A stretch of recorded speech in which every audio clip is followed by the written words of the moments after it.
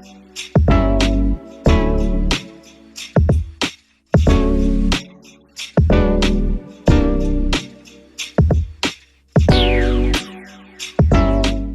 guys, welcome back to Real Estate War Stories. My name is Felicia, aka your favorite home agent, and I have a special guest here with me today, my friend Riyad. Riyad, thank you so much for coming on. Riyad is a little special in a way that he was so interested in coming on to Real Estate War Stories. That has nothing to do with real estate, but that's okay. Yes. He definitely has some sales stories and some advice and tips, and he is in the real estate industry.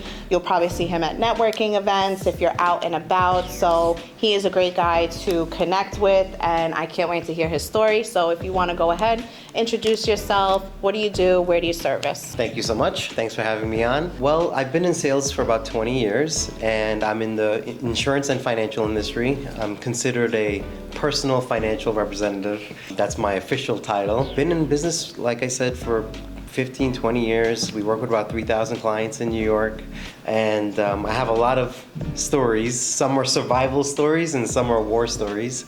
So hopefully I get a chance to talk and give you guys some insight, and hopefully people out there can learn one or two things from my stories. Awesome. So if our followers wanted to reach out to you about financial advice, you would be the person to go to. Yeah, like I would say we're more along the lines of personal service, and my title, like I said, is a financial rep. They can reach us at my office in Queens. You can reach out to me on Instagram. But yeah, I'm definitely around. At my direct contact number is 718-739-4622. Okay. We're not considered an advisor, but we're considered financial reps. Okay. All right. So I'm interested to hear your war story. So if you want to go ahead and take the mic. Sure. So we have a lot of war stories. I'll tell you a story, I guess, about persistence. Okay. So I had a client about 10 years ago in the Diamond District. Very wealthy Indian business owner. And he was probably worth somewhere between $30 and $50 million. Wow. We got that appointment through a cold call. Wow. Taking it old school. Yes, exactly.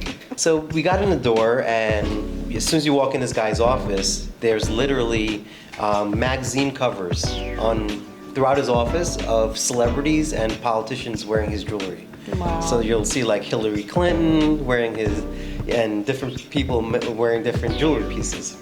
So what was interesting is that he was in his early 60s, and he had one of his sons working in the business who was about 27, 28 years old.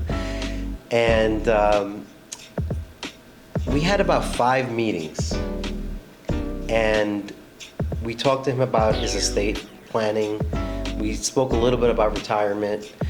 We spoke about life insurance. We spoke about many different things in his portfolio. And at the end, he was like, you know what? My accountant is 65 years old. My lawyer is 67. We've been in business X amount of years. And this is me 10 years ago. Mm-hmm. So I was younger. So he was like, why should I do business with you? I have all these experienced guys in my circle. Well, I was thinking that in the back of my head. I'm like, a guy like this has to have a network of people. Of course. And, I tell a lot of our, wealthy clients that you didn't get here just by winging it. We know that a lot of people that we work with have done some level of planning. Our job is not to change a lot of things, it's just to review it. And sometimes we can bring new insight and new ideas to the planning that they've already done. So after all these conversations, there were some significant suggestions and plans that we wanted to put in place to help him from a tax perspective, from an insurance perspective. And we got to the point where it was time for him to make a decision. And he was on the fence about using us. And I was able to get him over that hurdle because I said to him, what's really cool is that you have this family jewelry business in the Diamond District, and he was in his early 60s, and I knew he was going to be passing that business on to his son. Mm-hmm. So I said to him, it's really great that you have accountants and attorneys that you worked with for 30 years. Why don't you start building those relationships for your son? Smart. So now your son can build those relationships as things transition over, and I can be one of those, trusted relationships that your son can utilize in the future. And when he thought of it from that perspective, of thinking of not just himself, but the future of the business and his family, he was like, you know what, this makes sense, because as he transitions out, his son has someone that he's working with. That's great. And so that was a really interesting story of how we overcame that hurdle. Yeah, you were not intimidated by it at all. You took the challenge and... Yeah, and this was a very, guy has like a, $5 million home, celebrities on his wall with his jewelry on. But he gave you the time to even sit and hear what you had to say. Exactly. So that was a really interesting story.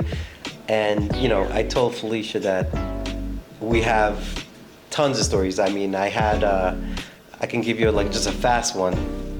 I got a referral from a Chinese client of mine.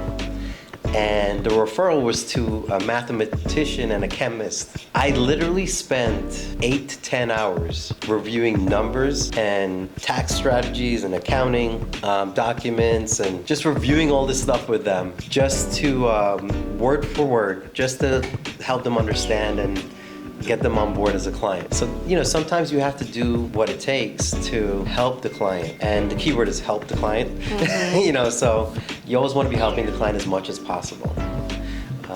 So that's one of the war stories, I would say. Would you like to hear any survival stories? Sure. So I think a lot of time we're all in sales. We come to moments that are make or break in our career. And I feel like there's multiple moments like that. And someone once told me that the longer you're in the business, the less those moments happen. True. But I'll share one moment that was really tough for me to deal with when I was younger and brand new in the business. I was about 1 year in the business. So I was working nonstop, really pushing through. I was meeting with clients in snowstorms. I was meeting with shoes on, in a full suit. I was also, I was one day I would be in Montauk, and same day I'll be in Manhattan. So this one particular story was a referral from a business friend of mine, and this family owned a furniture company for over 100 years. Oh wow. And they passed it down generation after generation, and I was a year in the business. I was so nervous meeting this client. This was like my first big client I was meeting with, and but I met with them several meetings, and it worked out okay. And eventually the client was like, you know what, we want to use you for all of our insurance. And, we talked about house insurance and car insurance and life insurance and all that stuff. So he decides to do business with us. So we fill out all the paperwork after a few meetings. I take everything to my office, submit everything in. I'm on my way home, super happy. Oh boy.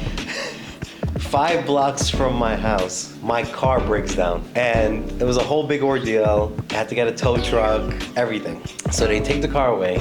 I get home. I'm just happy I got the paperwork in before the car broke down. So now I'm working from home, checking my laptop and everything, and the place that's holding my car calls me up and says, hey, it's gonna be like $3,000 to fix everything. That's a lot.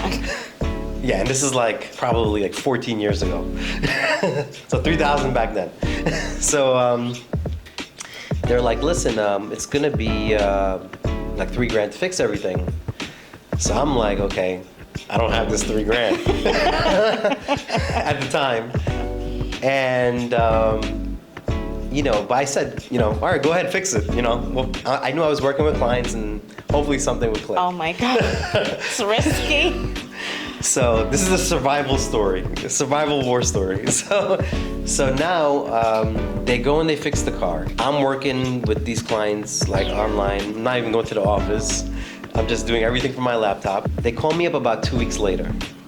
and they say, hey, listen, you got to come pick up the car. So I'm like, and I'm working with this big client I told you about, and I'm like, looking at underwriting. I'm looking at everything. I'm like, when is this gonna get approved? So now, finally, the client was being diligent. He was sending in his paperwork, doing all the stuff he had to do. So we were close to getting things done, but it wasn't there yet. So they called me up 2 weeks later, like, your car is here. You gotta come pick up the car.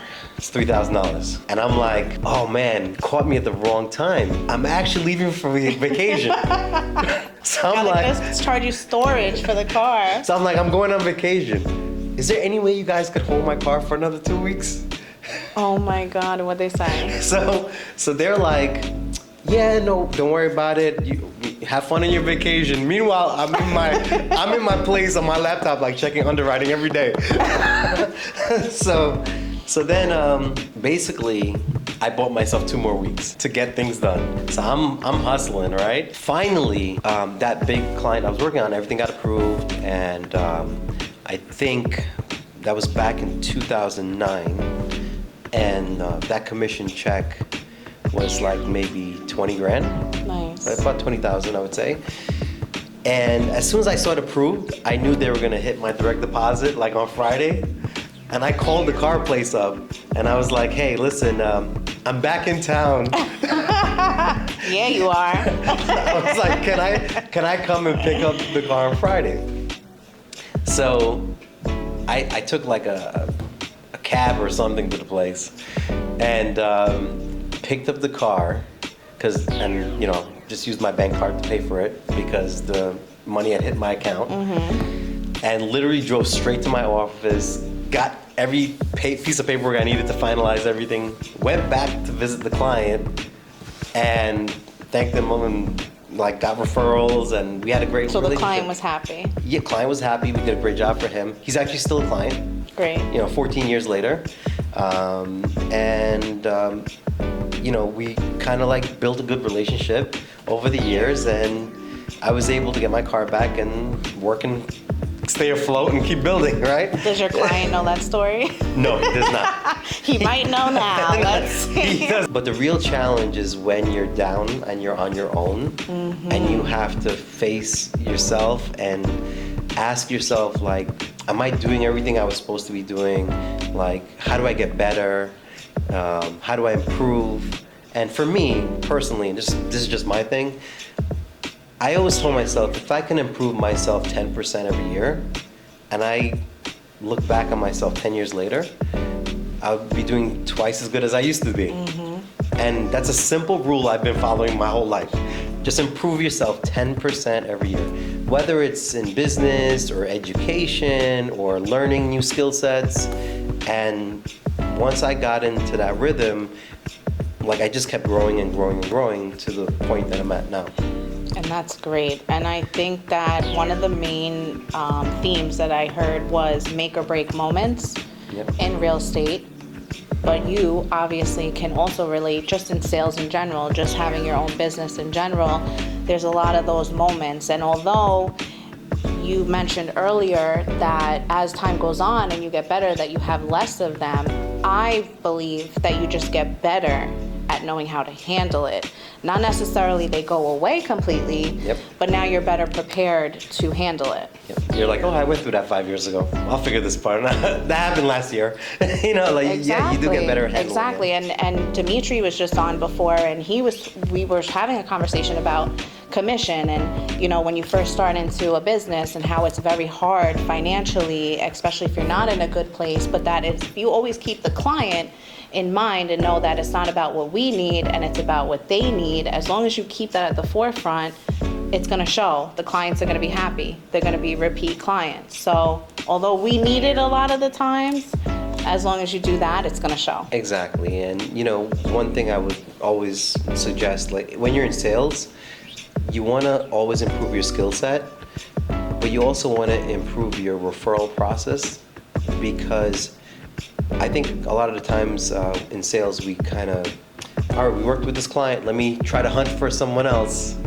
But I feel like every client that you get is equal to 4 clients at least, because they have a network of people, family, friends, that most likely if they're happy with your service, you're gonna get at least 4 referrals from that client in your lifetime, maybe more. I have one client who was, just a regular client, a mom with like 2 kids, and she was working hard every day. And some people in our industry would be like, "Oh, I don't want that client," but I took her on as a client, and she was so appreciative that she actually referred me, to this day, she's still a client, referred me to about 10 people. And her kids eventually graduated. One is a firefighter, one is a police officer, and they grew into their own families, and then they became clients.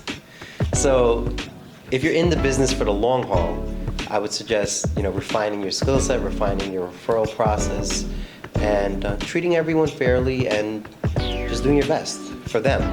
There's no such thing as a past client. Yeah. They're always our clients, no matter Exactly. what. So that's great advice. So thank you for sharing that. If our Thank you. followers want to follow you or reach out to you for whatever reason, if you want to drop your Instagram. Sure. It's Roland, ROLIN _Khan, KHAN. That's my personal page.